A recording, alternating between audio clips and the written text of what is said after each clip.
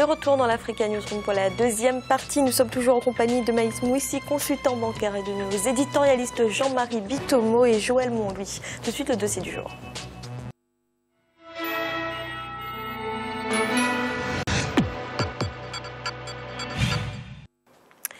C'est l'un des chantiers de l'émergence sur lequel le pouvoir gabonais est particulièrement attendu. Il s'agit du logement social. Il faut dire que le manque de logement est estimé à 200 000 unités au Gabon, d'où le lancement par les autorités de plusieurs programmes destinés à combler ce déficit. Mais sur le terrain, les constructions ont pris du retard. Un reportage de notre correspondant Douglas Toutoum. Dans le cadre du plan stratégique Gabon émergent, les autorités ont mis en place un projet de logements sociaux pour tous. EGCA Construction, la Société nationale immobilière et autres structures publiques et privées aident le Gabon dans l'atteinte de cet objectif. À ce jour, un peu plus de 6 000 maisons et appartements actuellement en construction sont visibles dans le pays. Malgré tout, l'offre de logements reste encore faible. Le déficit atteindra 27 300 maisons en 2016. Dans un tel contexte, comment le gouvernement prend-il en compte la problématique de logement social? Qui sont les principaux destinataires de ces logements sociaux? Et quelles sont les conditions d'accès? Le programme national de construction réalisé par la Société nationale immobilière prévoit l'édification à travers tout le Gabon de 3 800 logements. S'ajoute à ce nombre, au nord de Libreville, 2000 logements devant être construits par la Société nationale de gestion et de construction du logement social et 570 logements préfabriqués réalisés par une entreprise turque. De même que l'entreprise EGCA Construction a la charge de livrer d'ici à 2016 un peu plus de 1700 logements, dont plus de 800 à Port-Gentil. Nous sommes en train de construire et dites-vous bien que le but de la manœuvre, ce n'est pas tant de construire de nouveaux logements. Ce que nous sommes en train de faire, il suffit simplement de prendre un certain nombre de logements qui ont un caractère véritablement social. Je vous ai dit, les logements vont vous m'avez posé la question, de 22 millions à 42 millions. Il suffit simplement de regarder dans ce que nous avons en cours d'achèvement, d'accord ? Donc de le prendre et de le mettre dans cette catégorie-là. Ça ne nous gêne pas simplement. Nous voulons simplement nous assurer que derrière, le programme va se poursuivre. À l'instar de nombreux pays du continent, au Gabon, l'offre d'habitat est largement inférieure à la demande et de mauvaise qualité. Selon les experts, pour combler le déficit du logement du pays, l'État doit construire 10 000 logements par an pendant 15 ans. Or, nombreuses sont les pesanteurs que les entreprises adjudicataires des marchés rencontrent. C'est vrai que les gens sont pressés, il faut avoir leur logement et rentrer le plus rapidement possible parce que c'est la promesse qui a été faite par le chef de l'État. Mais derrière tout ça, vous avez un ensemble, que je viens de vous citer, de problématiques qui ne vous permettent pas de respecter les délais. Je rajoute à ça défaut de paiement, retard de paiement, pour des raisons, etc. Ça vous fait un cocktail assez difficile pour pouvoir respecter votre cahier de charge. Sur le site de EGCA Construction, le projet prend forme à l'exemple de cette maison témoin. Disons qu'aujourd'hui, par rapport au terrain disponible, le gros œuvre est fini à 100%. Le gros œuvre représentant 50%. Et les travaux de second œuvre, comme on peut le constater, ont démarré. Les toitures sont en train de poser les carreaux et donc avancé à 10%. Disons que donc, de façon globale, on peut dire que les travaux sont à 60% d'avancement. Comme la visite récente du président de la République, on a prévu de livrer 400 villas en fin août. En location simple, location-vente ou vente directe, le défi pour toutes ces structures publiques ou privées est d'offrir un logement décent à moindre coût. Seul bémol pour les populations, la politique de location ou d'acquisition de ces logements sociaux. J'estime que ces logements ne sont pas à la portée de l'ensemble des Gabonais. Pour y accéder, déjà, il faut justifier d'un compte bancaire. Il faut également justifier de la possibilité de pouvoir présenter un document qui justifie qu'on est employé quelque part. Or, la plupart des Gabonais, justement, ne sont pas employés. Si pour accéder à l'un de ces logements, il faut être de nationalité gabonaise, justifier de sa qualité de locataire et avoir un revenu mensuel n'excédant pas 300 000 francs CFA, la qualité et la superficie de ces logements est également une autre équation qui fait débat. Quand on demande à quelqu'un qui gagne, qui perçoit 150 000 francs, vous le vendez une maison de 40 à 50 millions, c'est pas logique. C'est vrai qu'à la sortie, ça fait des prix pour tout le monde assez chers, mais en vérité, c'est des prix largement subventionnés. pour que justement on arrive à un tarif normal. Le gros problème, pour moi, n'est pas dans le prix. Il est dans l'accès au logement et la durée de remboursement de son prêt. Aujourd'hui, les banques au Gabon ne savent pas faire au-delà de 10 ans, voire il y en a qui proposent 15. Alors qu'ailleurs, en France, partout au monde, si vous voulez acheter un logement, il faut un minimum de 25 ans. En septembre 2014, la Société nationale des logements sociaux avait annoncé la mise sur le marché de logements auxiliants entre 23 et 42 millions de francs CFA. À ce jour, quelques sociétés ont déjà souscrit des locations pour leurs employés. Au-delà de ces logements, l'État a également décidé de viabiliser 650 parcelles qui seront proposées en soutien à ces logements à raison de 8,5 millions de francs CFA par parcelle. Les premières maisons pourraient être livrées au mois d'août. Mais pour l'heure, les Gabonais attendent toujours de voir la réalisation de cette promesse électorale de l'ancien candidat à la présidentielle de 2009, Ali Bongo Ondimba. Maïs, quel regard portez-vous sur ce programme de construction de logements sociaux? Le regard que je porte sur le programme est positif. Le regard que je porte sur le bilan est totalement négatif. Le président de la République, Ali Bongo, au moment où il a été élu, a promis aux Gabonais 5 000 logements par an sur une mandature. La mandature au Gabon, c'est 7 ans, ça fait 35 000 logements. La question du logement au Gabon se résume, à mon avis, en tout cas sur cette mandature, à 3 dates. Première date, janvier 2010. Le président de la République fait signer un accord de construction de 800 logements sur le site de Malibé. Jusqu'au moment où je parle, les travaux n'ont jamais commencé. En octobre 2011, le président de la République fait signer un accord sur la construction de 10 000 logements, dont 5 000 au nord de Libreville à Agongé, 5 000 au sud de Libreville à Nkok, par la société américaine IDC.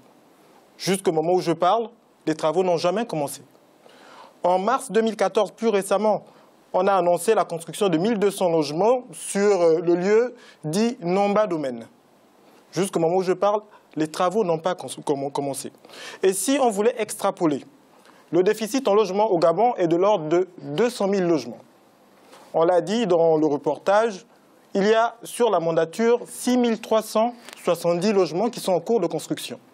Si on garde la même cadence de construction, et si on considère que la population n'augmente pas, il faudra 222 ans pour résorber le déficit en logement au Gabon. Est-ce que c'est tenable? Ça ne l'est pas. D'autant que lorsque, sur une mandature, on construit 6 300 logements, je voudrais rappeler quand même qu'en ce qui concerne le Gabon, sur les 6 dernières années, les budgets cumulés de l'État ont atteint 18 700 milliards. Ça veut dire qu'il y a de la ressource. Simplement, on se rend compte que sur le terrain, la traduction de cette promesse qui est pour le moins importante pour les Gabonais, parce qu'aujourd'hui, la majorité des Gabonais vit dans des logements qui ne sont même pas des logements sociaux, ce qu'on peut appeler des bidonvilles. Il y a un vrai problème de logement. Et donc le fait que le président de la République et ses équipes n'arrivent pas à traduire en action les promesses, cette promesse de 5 000 logements par an qui se traduirait si elle était tenue à une résorption du déficit en 40 ans, ce qui est déjà énorme, le fait qu'on n'arrive pas à la tenir fait en sorte que ce problème récurrent, on le traîne. Avec une conséquence majeure pour les populations est que, vu qu'il y a un déficit, naturellement sur le marché de Libreville, les prix des logements augmentent. On se retrouve avec des logements de mauvaise qualité qui coûtent excessivement cher. Et d'ailleurs, je voudrais terminer par là pour laisser la parole à mes contradicteurs. Vous vous rendrez compte que lorsqu'on fait le classement des villes les plus chères en Afrique, Libreville, comme Luanda, fait toujours partie du top 5 de ces villes. Et la question du logement, que ce soit à Libreville, à Port-Gentil, ou à Mouila, ou à Lambaréné, les grandes villes du Gabon, est une question pour le moins cruciale dont, jusqu'à ce que l'on me prouve le contraire, on n'a toujours pas trouvé de solution. Jean-Marc, est-ce que le gouvernement gabonais s'est fixé des objectifs trop ambitieux en matière de construction de logements sociaux ? Je pense pas que ce soit des objectifs ambitieux. La problématique du logement en Afrique, c'est-à-dire concerne quoi? Ça concerne les stratégies d'urbanisation.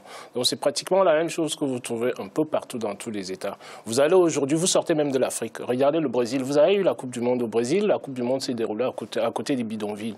Je ne pose pas ces arguments-là sur la table pour pouvoir justifier, si vous voulez, ce qui se passe.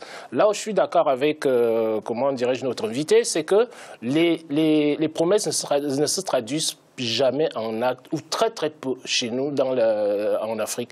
Donc, Là-dessus, il ne faut pas oublier la donnée économique. La donnée économique est la suivante, c'est qu'au fil du temps, c'est vrai que le président gabonais est là depuis 2009, mais depuis 2009, vous avez eu une dégradation de la situation économique internationale, qui n'est pas uniquement liée, si vous voulez, à la situation du Gabon en tant que telle. C'est une situation qui est pratiquement la même dans toutes les grandes villes du monde qui ont du mal à résorber, si vous voulez, le mauvais habitat que vous avez à côté.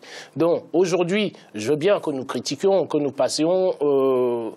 nous soyons impatients pour que les choses soient mises en place, mais il faut se dire que les bidonvilles dont a parlé notre invité, ce n'est pas l'apanage des seules villes africaines. On le retrouve pratiquement dans tous les pays. Dès l'instant que vous avez un développement urbain qui s'installe, il est très, très important. Et ici, là, on parle du logement social. Le logement social, ça veut dire quoi? Ça veut dire que c'est la contribution de l'État, premièrement. Et les ressources dont disposent les États africains, tout ce qui est politique d'urbanisation et les stratégies, si vous voulez, les stratégies à mettre en place pour l'accession au logement, ce sont des politiques qui sont très, très, très difficiles à mettre en place. Tout simplement, pourquoi? Parce qu'il y a un manque de fonds. Par contre, il y a un second point sur lequel je voudrais revenir par rapport à ce qu'il disait tout à l'heure. Je suis tout à fait d'accord avec lui sur le fond, la non-réalisation. Mais moi, j'insisterai sur un point qui me semble relativement important, c'est-à-dire c'est le coût d'acquisition de ces logements-là. Le coût d'acquisition est relativement élevé comparé au pouvoir d'achat du Gabonais moyen. Et pratiquement toutes les villes africaines aujourd'hui se lancent dans ces programmes d'urbanisation-là dont les bâtiments sont construits par les sociétés étrangères. Mais l'accessibilité par rapport aux populations locales n'est pas quelque chose de simple. Donc je pense que c'est une tendance qu'il faudra corriger. Soit on utilise des matériaux locaux pour pouvoir donner accès à chacun, à chaque Africain, si vous voulez, au logement. Sinon, dans le cas contraire, le fait que ces habitations-là soient construites par des sociétés étrangères ne fait qu'augmenter, si vous voulez, le coût de la construction au départ et ensuite, par voie de conséquence, au coût de l'acquisition vis-à-vis des populations locales. Alors justement, Joël, que pensez-vous de ces conditions qui ont été énumérées dans ce reportage sur les conditions d'accès à ces logements sociaux ? Effectivement, quand on regarde le pouvoir moyen de la population, on peut s'étonner de conditions qui semblent assez restrictives et qui se rapprochent, on va dire, des conditions européennes. C'est-à-dire, à savoir, pour les rappeler, donc la première, que le futur locataire ou le futur acquéreur doivent avoir un compte bancaire. Donc ça, c'est une première chose. Et la plupart des personnes n'ont pas forcément accès au circuit bancaire, c'est la première chose. Et le second élément concernait le fait qu'ils aient un contrat permettant de justifier d'un emploi. Donc c'est la deuxième difficulté. Pour rebondir aussi de façon plus large sur les propos de mes amis, je ne veux pas les appeler mes contradicteurs nécessairement, tout d'abord, je voudrais indiquer qu'il est toujours un petit peu difficile de traduire concrètement des promesses électorales. Donc ça, c'est la première chose. La deuxième chose, je trouve au contraire que la mise en place de ce plan stratégique afin de pouvoir mettre en place des logements sociaux est quand même quelque chose d'extrêmement positif. Il ne faut pas oublier l'idée première sous-jacente qui va permettre, et c'est cette idée qui est intéressante, c'est simplement d'y avoir pensé et d'essayer en tout cas de faire au mieux pour la mettre en place. Ensuite, concernant les bâtiments publics, les travaux publics, la problématique des difficultés et du retard est propre, on va dire, à cette activité et on le retrouve au Gabon, mais partout en Afrique et partout ailleurs de façon générale. Donc je serais un peu moins dur sur ce plan stratégique que mes amis. Alors rapidement, Maïs, est-ce que ces conditions d'accès restent aujourd'hui des obstacles pour l'acquisition d'un logement ? Les conditions d'accès restent des obstacles, nécessairement. De toutes les façons, avant même d'en arriver aux conditions d'accès, il faudra qu'on m'explique comment on fait pour partager 6 300 logements lorsque la demande est égale à 200 000 logements. Comment on fait? Donc la question de l'accès devient même subsidiaire, vu que l'offre est très largement inférieure à la demande. Je voudrais, si vous permettez, rebondir sur 2 ou 3 choses qu'ont dit mes amis. J'estime, et nous sommes tous autour de ce plateau africain, et donc de tradition orale, la parole donnée a de la valeur. Sinon, en politique, ça s'appelle de la démagogie. Monsieur Bitomo me dit, effectivement, il y a une crise mondiale qui a fait en sorte que les ressources d'un certain nombre de pays ont baissé. C'est vrai, pour certains pays. C'est faux dans le cas du Gabon. Entre 2009 et 2015, le budget du Gabon a augmenté de 61%. Ça veut dire qu'il y avait de la ressource. En matière d'investissement aujourd'hui au Gabon, il y a des fonds qui sont alloués.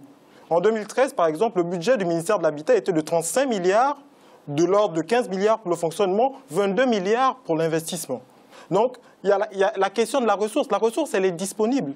C'est comment on met en place la politique pour permettre aux gens d'avoir des logements. C'est en cela qu'on peut s'interroger. Et je suis désolé, mais je n'ai pas pour mon continent des ambitions minimalistes. J'estime que les gens ont le droit, même lorsqu'ils sont pauvres, d'avoir des logements au minimum décents. Aujourd'hui, les gens ne l'ont pas. Donc ça pose donc la question de l'urbanisation pour Libreville, mais aussi pour toutes les capitales africaines, parce que c'est quelque chose que l'on retrouve ailleurs, et la question de nos politiques publiques de l'habitat. Vous avez, Monsieur Bitomo, je vais terminer par là, dit quelque chose qui est fort intéressant. Comment on fait pour réduire les coûts de logement? On agit sur les intrants, d'une part. D'autre part, on fait en sorte d'utiliser les matériaux locaux pour avoir un effet d'entraînement sur l'économie. Parce que toutes ces personnes qui sont économiquement faibles, donc qu'on peut appeler les pauvres, n'ont pas d'emploi. Si l'économie se porte mieux, elles auront de l'emploi, elles pourraient éventuellement se payer des logements qui, lorsqu'elles n'ont pas de revenus, sont trop chers pour elles. Donc c'est une question de politique. Ce n'est pas autre chose que ça. Mais lorsqu'on promet 35 000 logements et qu'on en réalise 6 000, soit 18%, permettez-moi quand même de dire que c'est un échec. Merci. Et tout de suite, un rappel des titres qui ont été développés en début d'émission. Le forum de Bangui pour la paix a débuté ce lundi en Centrafrique. Plus de 700 personnes étaient présentes à la cérémonie d'ouverture. Les représentants de la société civile, des groupes armés, des religieux et des partis politiques doivent ouvrir la voie à une réconciliation nationale. Et au Bénin, la Cour constitutionnelle a validé ce dimanche les résultats définitifs des élections législatives. Elle confirme la victoire du parti du président Boni Yayi qui obtient 33 sièges sur 83. Pour autant, les forces Kori pour un Bénin émergent perdent du terrain. Nous allons marquer une nouvelle pause, un instant, la troisième partie de l'Africa Newsroom.